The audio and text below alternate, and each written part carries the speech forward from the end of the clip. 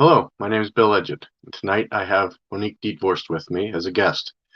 Instead of covering the story of parental alienation from a parent or someone who has gone through it, we're going to speak with Monique tonight, who is female, who has her own views on parental alienation and abuse that men suffer during these situations. So, Monique, how you doing tonight? Hi, Bill. Thanks for having me on your show. Oh, you're welcome. It's good to talk to you again. And I think people would like to know how did you get started in getting active and with men's rights and trying to protect men and boys from abuse. Well, I usually say I'm in men's issues just because men's rights, the term is so stigmatized, and I'm trying to help inform as many people as possible. So I try to meet people on their own terms and try to, like de-escalate the tension that people have. So I just try to be really neutral and just say I'm about men's issues and just try to be as helpful with information as possible. So just to clarify about that, that I usually don't use that label. But no, I've had issues, being the victim of female toxic femininity and female bullying since childhood, and I've kind of got a neurosis about that. So I've always sympathized with men and boys, and I understood that they could be victims of abuse and that it wasn't a gendered issue. That being cruel and being abusive has nothing to do with gender. So I'm not naturally sympathetic. I've been told I'm Asperger's, and I have trouble fitting in, and I don't have a lot of girlfriends. So I've always felt comfortable with men's issues. But I really got involved. I think when I started working in the software industry, I'm working in STEM for since 2007 as a technical writer. I work in a male-dominated environment, and it was there that a lot of these men's issues, like the lack of services, the lack of empathy for men, and discrimination against fathers in family court and the impact on their children, the high suicide rates for men became very apparent to me. And so it's a complicated story about how I'm involved with this politically, but generally I got involved with the Canadian Association for Equality. That's a national organization for men and boys issues across Canada. They have branches in several provinces, their national scope, as I said. And so I was involved on the board of that. And so basically, I've been traveling, not just in Alberta, where I'm from, but also across the country, doing screenings of educational material and also just discussing and facilitating conversations to get people more comfortable with this. And I think my gender has helped me quite a bit because a lot of people feel more comfortable, like less threatened talking about men's issues. I mean, there's a lot of stigma around that. They would feel more comfortable just broaching the subject with me than other people. And so that's how I've just added value to this conversation Okay, over the so years. so cafe, what does that stand for? It's what's that group? And Okay, well, it's called Canadian Association for Equality. And unfortunately, like if you look on the Wikipedia, it's been stigmatized and marginalized just because they're an evidence-based, peer-reviewed national organization, and they have some criticisms of the mainstream, and so they've been unfairly deplatformed and stigmatized. But I stand by them because they are evidence-based and they try to speak honestly about a lot of these issues, like example, the men's high suicide rates and also discrimination against fathers in family court that may not fit with, some mainstream narrative that men are, conspiring against us in a patriarchal plot. So yeah, so that's what that is about. Yeah, and it's Canadian Association for Equality, and they also that they do more of the education, the research, and the advocacy, and then they also have a service center that's greatly depoliticized, where they just help men, in the community, like support and like with men's peer support, for example. And that service center is called the Canadian Center for Men and Families. And yeah, that's my favorite part of the organization, is where they actually get into communities and like actually help people just in their immediate issues and give relief in that way. okay, so how many centers for these Canadian Centers for Men and Family are there, and where are they all across Canada? Or are they just in Ontario, Alberta, out west, or a little more There about is yeah, there is a national branch in Ontario, and then there is an Alberta branch, and in BC there's a branch. And the national branch has services across Canada. So, for example, there's a domestic violence program, a Nexus program. And because domestic violence for men is a bit different than it is for women, that's why that program is structured a bit differently. A lot of men don't like to leave their home or their children or their job to go to a shelter. So that's why that program is more therapeutic, and it's just like a direct Zoom program where they can kind of give the man a framework of mind and look kind of teach him some skills to moderate his situation and teach him what his rights are and how he can manage himself in that situation. So that's how that works. And then because family law is by provincial jurisdiction, we can only offer family law legal clinics in the places where we actually have a local branch. So, for example, in Alberta, we have a local branch. So we do have a legal clinic here. I have been all over this country trying to advocate to start a local branch in all of our provinces and all of our legal jurisdictions, because we need a legal, absolutely need a legal clinic for targeted parents in each provincial jurisdiction, in my opinion. So right now we have it in 3 different branches. There are multiple branches, multiple centers in Ontario. There's one in Ottawa because that's where we have to do some advocating to the national. We have a branch there to at the federal level, so we can advocate at the federal level. But there's also a few other branches in West Ontario, I believe, and then there's one branch that's all across the province in Alberta and one across BC. And so right now I'm working with a group in Saskatchewan, and we plan to start a branch there. But we just start slowly, and we've been trying to. Our goal eventually will be to have a branch in every province, because we need one locally for the family law jurisdiction as that goes. Yes, I believe Toronto is the first shelter in Canada for men and families. Yep. And actually in Alberta, they've got approval that we're working towards a shelter here in Western Canada as well. But that's we great. do have the Nexus program. Yeah, we do have the Nexus program. As I said, a lot of men don't like to leave their home.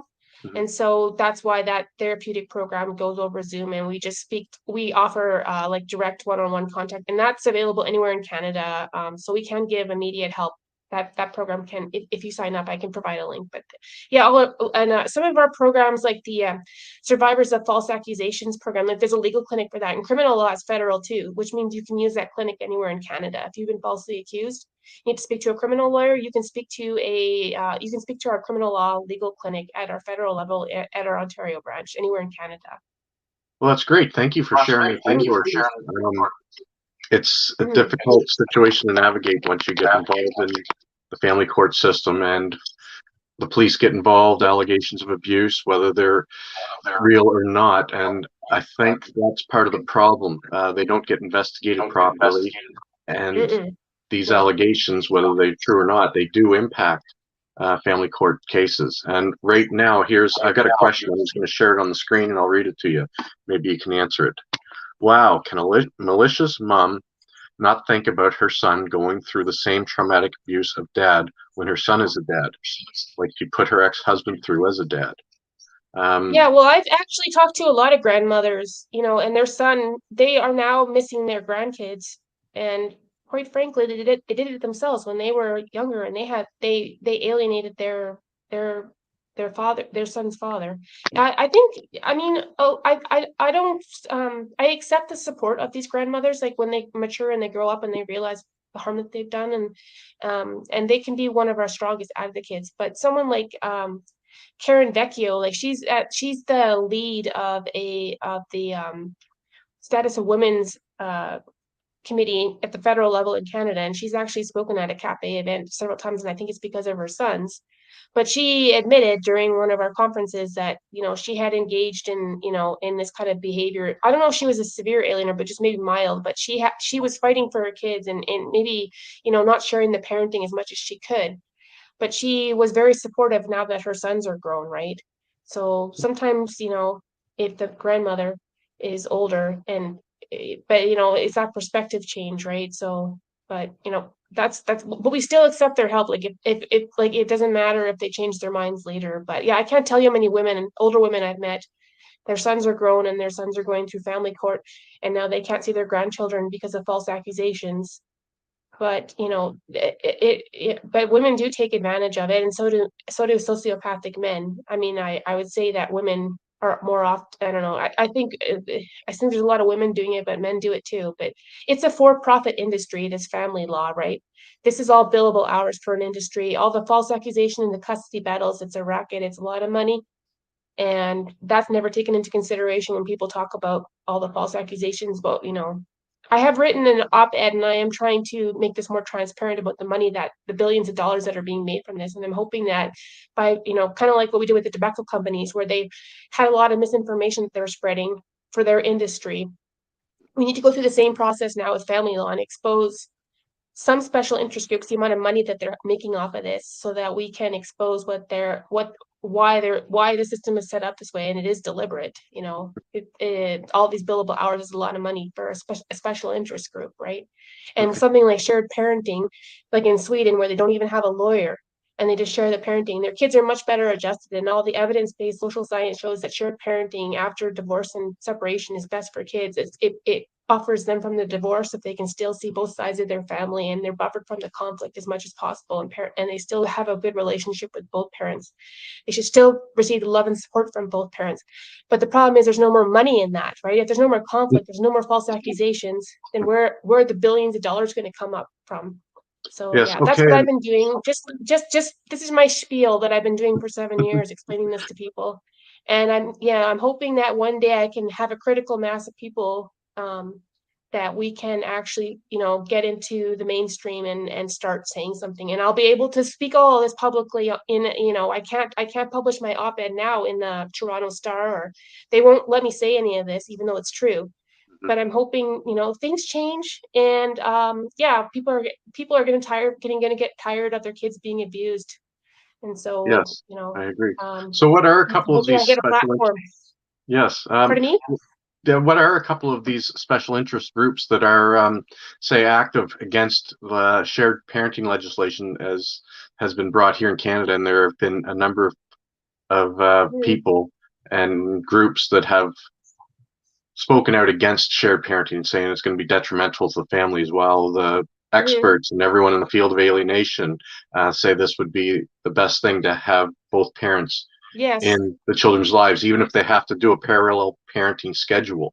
So, Yes. what are some of these Well, groups? there's two special interest groups that are profiting off the status quo. And the first obvious one would be the Bar Association. And I'm not speaking about every individual lawyer. I mean, people are good and people are bad in every group, and that includes family lawyers. But the Bar Association has blocked shared parenting in Canada twice. There's a national organization that puts together these bills, and they're called the Canadian Equal Parenting Council. And they've Okay. been putting bills together and trying to get the correct evidence-based social science in front of the legislation. And twice they've been struck down by this bar association, the Canadian Bar Association. And they have all kinds of mental gymnastics to excuse it. Oh, well, this is a father's rights abusers lobby, blah, blah, blah, blah, blah. And they use all these scare tactics, right? Anything that it can do, it's all misinformation. And the problem is a lot of us are, normal people. We're going about our lives and we're not paying attention and being critical thinkers about what these special interest groups are saying. So that's the first one. And the reason is obvious. We're going to lose billions of dollars if we have shared Yeah. parenting and we only have lawyers involved if there's evidence of abuse. But other than that, you're stuck with your family. That's the end of the racket for the Bar Association. That's billions of dollars lost. No more false accusations, no more custody battles, right? That's number one. Number two is the gendered violence activists, and they are very vicious. The parental alienation is closely related to the topic of shared parenting, because Dr. Amy Baker, she's an expert on parental alienation, and she estimates that this would reduce parental alienations, the mild and moderate cases of shared parenting defaults, but by about up to 80%. So that's why we need shared parenting, is to stop the conflict and help children maintain a relationship with both parents, and not have, we don't need to destroy parents financially, because that's not going to help the children, right? They need that money No. should be spent on the children's education, not on lawyers, right? But the problem is that parental alienation has been long been documented in the evidence-based social science for domestic violence, because long before experts ever coined the term parental alienation, domestic violence research documented the use of children as weapons and coercive control. So basically, what this is going to do, if this goes mainstream and people acknowledge parental alienation, then that's going to expose that the abuse was never gendered. That's great. So That what's is the end of a multi-billion-dollar gendered violence industry, and they're terrified of this because they could marginalize grown men as victims of domestic violence, and say, well, that's just men. But if now we're exposing that the children are being abused by women, people are not going to be so accepting of this anymore. I think people are, especially when people realize that women kill more children than men do. Women abuse more children than men do. There's all the evidence-based social science shows that women kill, children at much higher rates. And that's not because women are more violent, but it's just because of women's traditional gender roles. Women have, as a caregiver to children, women have more opportunity to kill children. And women, and you'll see that when a woman, strangles the kid or drowns them in the bathtub, the feminists will come out in the gendered violence and say, well, it was postpartum depression. They always have some excuse when a woman does it, right? And so they'll push it under the carpet. So this is all going to come out when we start exposing the amount of child abuse and parental alienation by women on children. And I don't think the public is going to be isn't going to be willing to dismiss it quite the way that they have been for decades with men as victims of domestic violence. And so this is an enormous threat. And so they are cracking down.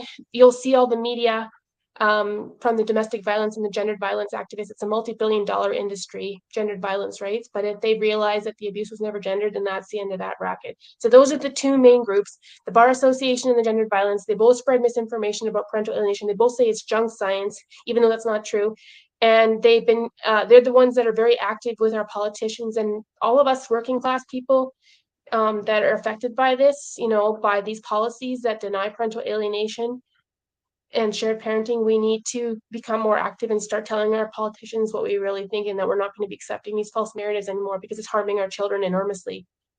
And it's costing us and hurting our families if we don't tell the truth about this. Well, it's So yeah, causing that's what I've been generational doing. trauma. It is This is intergenerational, yes.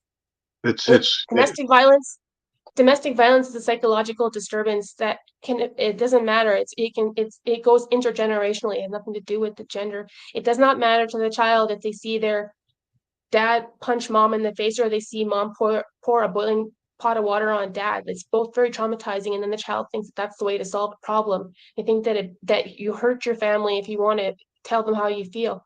And that's why it's intergenerational. They learn the dysfunction. It travels from generation to generation. The sooner we admit that none of this is gendered, then the sooner we can help the kids who are being abused and coerced and used as tools in family court and being murdered by women, yes. honestly. I agree with what you're saying there. This isn't a gender issue. This is an issue of people that have mental health issues or disorders that cause them to have these behaviors. But it is a fact that gendered violence is worth billions of dollars, and this is a significant threat to their industry.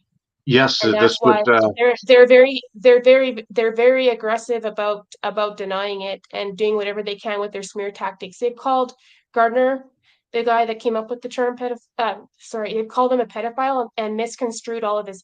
I've got every straw man against them, and I've got my response. But to educate and inform people about all this misinformation, it's going to be just as much work as discrediting the tobacco companies. Is that we had to do that. But it's exactly the same dynamic. When you have a special interest group that's making such an insane amount of money off a false narrative, they spread misinformation, and it's an uphill battle to inform the public. And I'm hoping that we can go faster than we have in the past with this kind of special interest, because we have the social media now. And so it's easier to communicate with one another, laterally, and share information. And I do encourage people in our PAC group to watch the Erasing Family documentary. You can see the Bar Association in that film, in multiple jurisdictions around the world, doing whatever they can to block shared parenting bills. And they shamelessly bring up the money. And we're not paying attention to this. And that's why it's been going on for decades. It's time for us to wake up to this before how much longer is this going to continue with this okay. racketeering? Or how much longer are we going to allow them to abuse our children like this? I've had enough. How about you? I've had more than enough. And you just mentioned this PAC group. What does the PAC stand for, and what is that group? Well, it's just a grassroots organization that I've started on social media on Facebook. I I've been in men's issues a long time, but I've understood that parental alienation is a psychological problem, an abuse problem. So I made a gender neutral parental alienation group. And my goal was that to include all the targeted parents in one group so that we could actually work together in solidarity. I saw a lot of men, mothers, and fathers in the beginning attacking each other, and now through the group, they're actually helping one another, and the gender boundaries are coming down. We have LGBT, we even have transgender targeted parents because none of that matters. All these immutable characteristics like race and gender and sexual orientation, none of that has anything to do with the abuse. And I, so, yeah, over the last 2 years, we've been doing that. And it's my goal over time as I can, kind of galvanize these targeted parents in my group. We're educating them, we're supporting them, we're giving them correct information to rise above the misinformation. But I want to start a national charity, and I want to start targeting professionals because they're being told a lot of misinformation by the special interest groups that I mentioned, and nobody is offering them the lawyers, the psychologists, the social workers. They're all being told a lot of misinformation that PA is just junk science. It's been discredited, blah blah blah blah blah blah. None of that is true, and none of the money is ever being brought up. No, like they're not being told the correct information. So basically, I want to host conferences at a national level and just invite and then and do this just do the same thing, just inform them with the and just give them a chance to see the correct information. And I'm hoping that they're good people and that they'll agree with me once I show them the evidence based, and that they will want to do the right thing for the kids as well. But they okay. haven't had a chance, and so I don't blame them. But once we've told them, then I would blame them if they still don't agree. But they deserve to have one chance, to come to a conference and get all the correct information, the evidence based. There's a really great international a research org called the Parental Alienation Study Group, Yes. and I work closely with a woman named Dr. Christine Giancarlo. She's from my hometown here in Calgary, and she's a Canadian expert on parental alienation. She's written an excellent book called Parentectomy, but she's part of the Parental Alienation Study Group, and she helped me behind the scenes at PAC to give me the correct information so I can present that to the parents and the Canadian public, and also with media interviews that I do. So I'm always prepared because that's an evidence-based social science group, and they're probably one of the most important research groups on parental alienation. It's all peer reviewed. Is all all that research can be replicated, and they basically debunk all the misinformation from the profiteering special interest groups. And so yeah, that's my principle. That's my bedrock where I'm standing on, is from the Parental Alienation Study Group with Dr. Christine Giancarlo. Okay.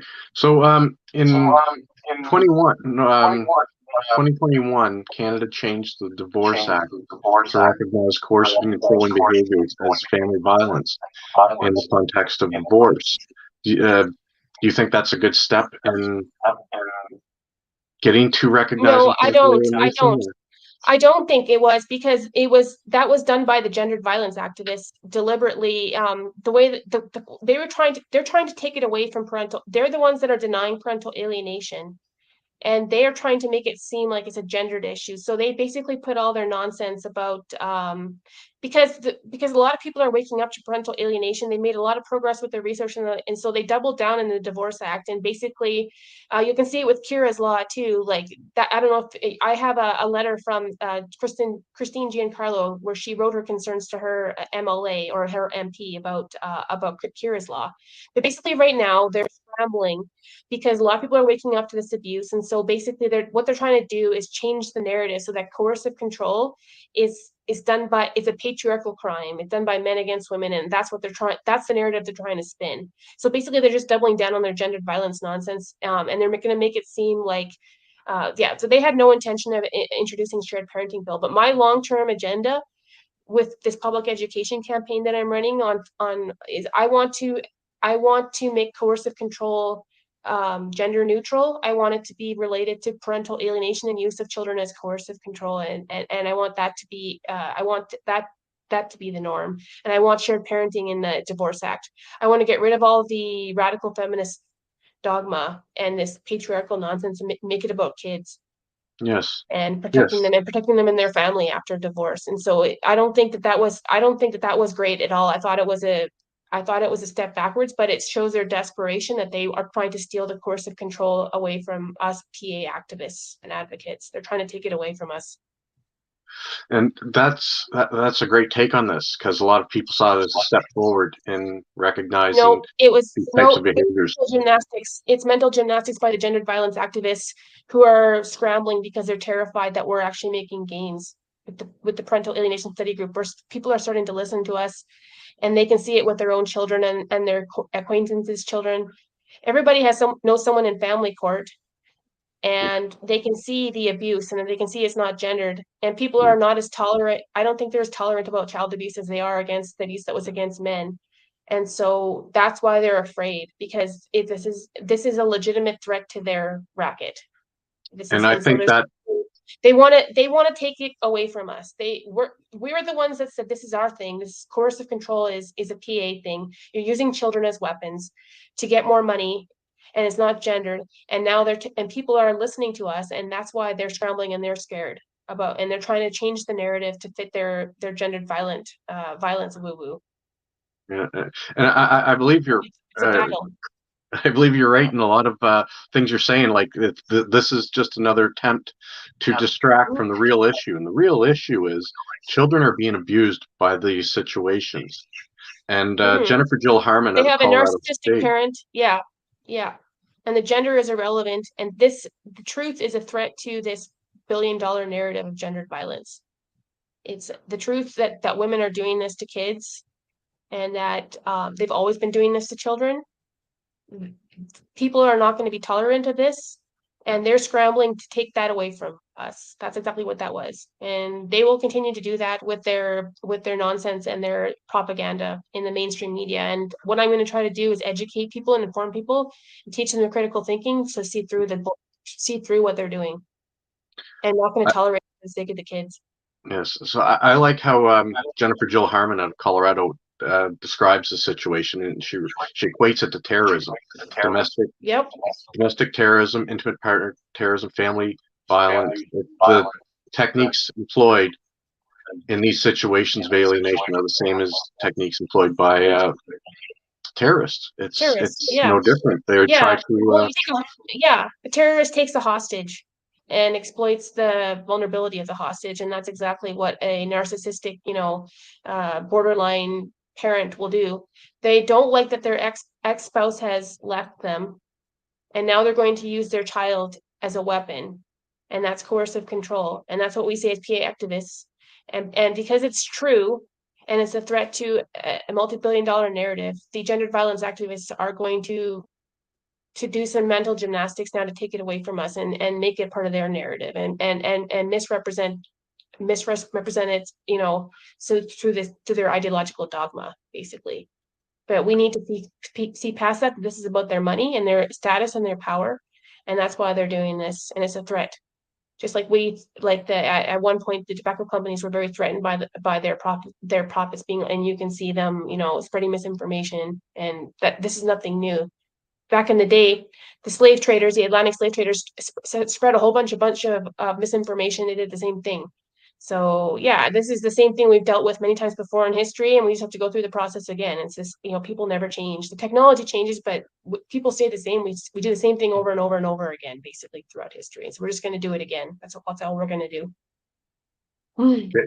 Now, a couple of weeks ago, I had the opportunity to interview Don Dutton, and you were part of that. One of the major things I took from interviewing him was that the government is the one that is so resistant to bringing in changes or legislation to help people or to recognize this, and that's why it has stayed the same for, I believe he said he started this back in the 70s. His research into this field of intimate partner violence, domestic violence, and tried to help develop different strategies or courses to help train police to deal with these situations, because the police always describe these domestic situations as the most difficult ones they had to deal with.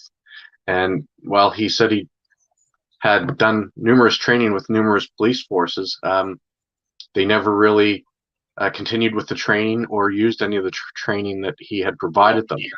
And it seems that I don't think it's, yeah, I don't think, I mean, the government just operates, they do what they're told, right? So if the only people that are really active in politics and talking to our politicians, because they're the ones that actually enforce the policies, if the only people that ever say anything to our politicians that actually enforce the policy or create the policies and the training for the police are these special interest groups. Like I can see, someone like Pamela Cross, she's very active in politics, or someone like Linda C. Nielsen, she's right in there, and those of us who are like us, who have our concerns, we're not. I've asked people to send in, my template letter to their MP, and I didn't get any response. So until the majority of us do not agree with this crap, right? We can see it with our own eyes. It's not working. So the government will respond. They want to be reelected. They get their positions, despite all the bravado, like they're still elected by us. So we just have to start getting organized and that's what I'm trying to do at PAC. I'm trying to get us organized so that we can start pushing and putting pressure on our politicians. And they know that I want them to know they're not going to get reelected, that I've informed enough people they're not going to get reelected until they do what we want, the majority of us. And so we need to stop being passive. If I ask you to send in a form letter and tell them about Kira's law and your concerns, and please, support this, then that's what we need to do. Why should the politicians change? Like if it's only the special interest groups, it's only Pamela Cross or, Peter Jaff or one of these, charlatans putting pressure on the politicians, then that's what they do. If we're not doing anything, like what do you think they're going to do? Like if they're, I don't know what their relationship with the special interest group. I don't know if they're being paid or not, but they, like we do elect them, the silent majority of us, and we can make it possible if we just get organized and start telling them what, we got organized with the with those, those truckers, and that yes, made a political difference, right? yes, And I don't think that that's the way that we should go about it. I mean, that's not going to work for us because we have different nuances in this discussion. But same, it's the same thing where we need to stop being passive and stop letting the special interests run the show. We're not going to say anything, right? So I am trying to get us organized. And, if I put out a template letter, please say something about Kira's law and your concerns, and let them know that you're not going to accept them putting electronic monitoring devices on fathers with false accusations in court anymore. Like, let them know that this is an issue for you. If you don't tell them, then why should the politicians change? Like, honestly, if they think they're going to get reelected and they can just continue to get paid off or whatever it is they're doing with these special interest groups, like you can't expect them to change unless we start saying something to them. And let me publish my op-ed. Let me publish it in our mainstream media. Like, can you guys support me when I'm trying to point out the money to these special interest groups instead of like letting them censor me, which is going on? Our voice is louder, and you have to believe that. But we're just being too passive and not saying anything, and believe that the majority of us can take back our establishment. And I truly believe that we can if we start paying attention to this and start getting active and start caring instead of just being like, well, they're doing this and, we're powerless. Well, you have a voice. I'm trying to get us organized. You can send in my template letter to your politician and let them know that you actually care about this issue, and that they will not be erected. You will be, if they don't vote the way that you want them on the bill, then you will be actively campaigning against them because you don't like what they've done. Like, put that kind of pressure on them, and then things will change because they want to get reelected. If they know we're all bad mouthing them and we're really angry about the way they're pandering to these special interest groups, they're not going to like that because that's how they get elected. It's our vote, right? So that's how this works. So yeah, just start caring about the issue. Start telling your MP the truth about how you feel, and these special interest groups are a shrill minority, and they're very confident and arrogant, and we're just going to have to put them in their place, as far as I'm concerned. Okay, I agree. We need to come together like men and women. Like you said earlier, that most people, when they start this process, they're projecting a lot of their emotions onto the situation. And if a female has been abused by a man, she cannot really see the situation from the point of a man, because the only point she sees from a man is a man being abusive. And the same with a man being in the situation and being abused by a woman. That's it's why I put hard. them together. Yeah, I put them together in the PAC group because I want them to see past that and to start helping each other, and they realize that they're actually on the same side. This is not about gender. This is about the crazy people versus the sane people. The And abusive that's people it. versus yeah. They Yeah, they we're keep all trying on the to same side. they keep trying to create the Yeah. gender issue to keep them separated so that people don't get Yeah, it's very together. divisive. Yeah, and that's how they've been, they've been doing that for decades and it's been working. And we need to stop letting them manipulate us like this. We need to stop I getting, agree. we need to stop letting them, manipulate us with our trauma, right? Yes. So don't let them do this anymore, please. If you want to move forward, then don't let them manipulate you with your, if you feel bigoted or if you've got some trauma, then just get some help with that, get some therapy, try to, whatever it is that you can do to heal yourself so that we can, not make this about, anything that's like race or gender, and make this about the sane people versus the crazy people, the silent majority of us who don't agree with this versus this shrill minority that's profiting off of this. It's just about money. Let's just, and let's move forward and make this about making a real change, and we need to get organized, as I said, and get on these politicians that we mean business and we're not going to tolerate this anymore. Okay, there's a question here, or a comment from one of the viewers, and I'm just going to let you address this. And I'm going to have to cut the show short this evening. I have other commitments that I need to take care of, but we'll take a little time to cover this. And I'm just going to read this now. And I love how it's written. It's a neutral statement that could apply to either men or women.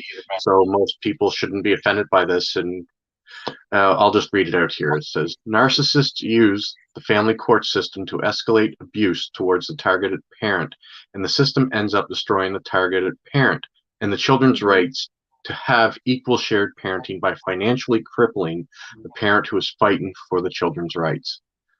That's correct. Yep, that's absolutely correct. So it's a systemic problem. It's a systemic problem that we have to fix by getting rid of the for-profit system. I'd like to move Canada to a equal shared parenting default, where parents don't have to pay it's not uncommon for parents to spend $500,000, right, on these billable hours, and that's money that could taken away from the children's education or something that would actually benefit the child, that would give them Yes. a better life. And I want to end this because, you know, the financial and emotional costs are just too great.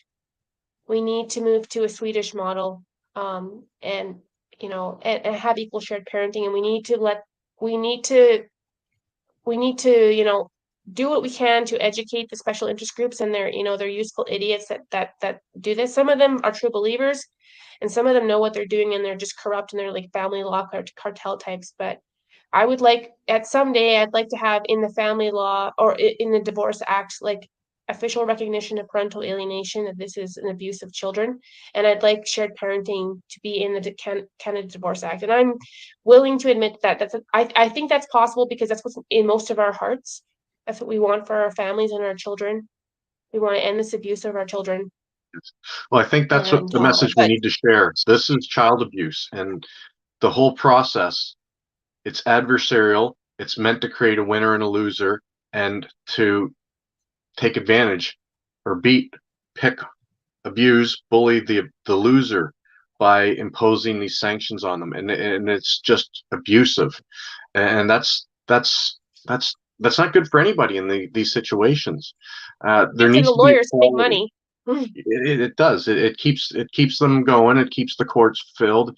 It keeps the judges there, the stenographers, and the sheriffs, and everyone is paid to be in court except the two people there trying to resolve their issues and get help from the court. So it's the court, I believe, should be doing a better job to help people resolve these issues. And this is the problem I believe they have. It's not that they don't want to help them resolve the issues. They can't identify the cases of abuse.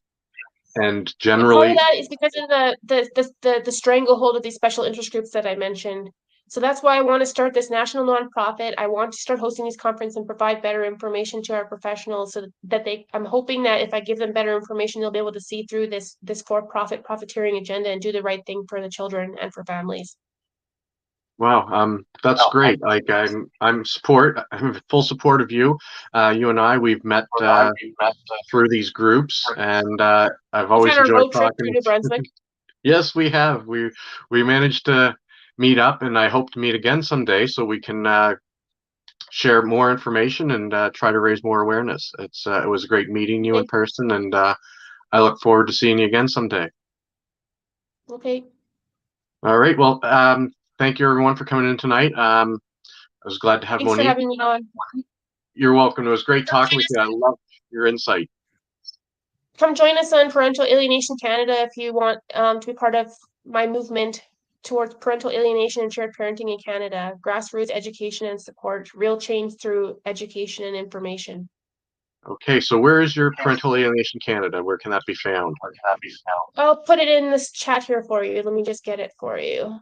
Okay, so it's a Facebook group that Yeah, has, I think it's about 1,500 members, and it is growing. trying to raise awareness. Let's put it in the chat here.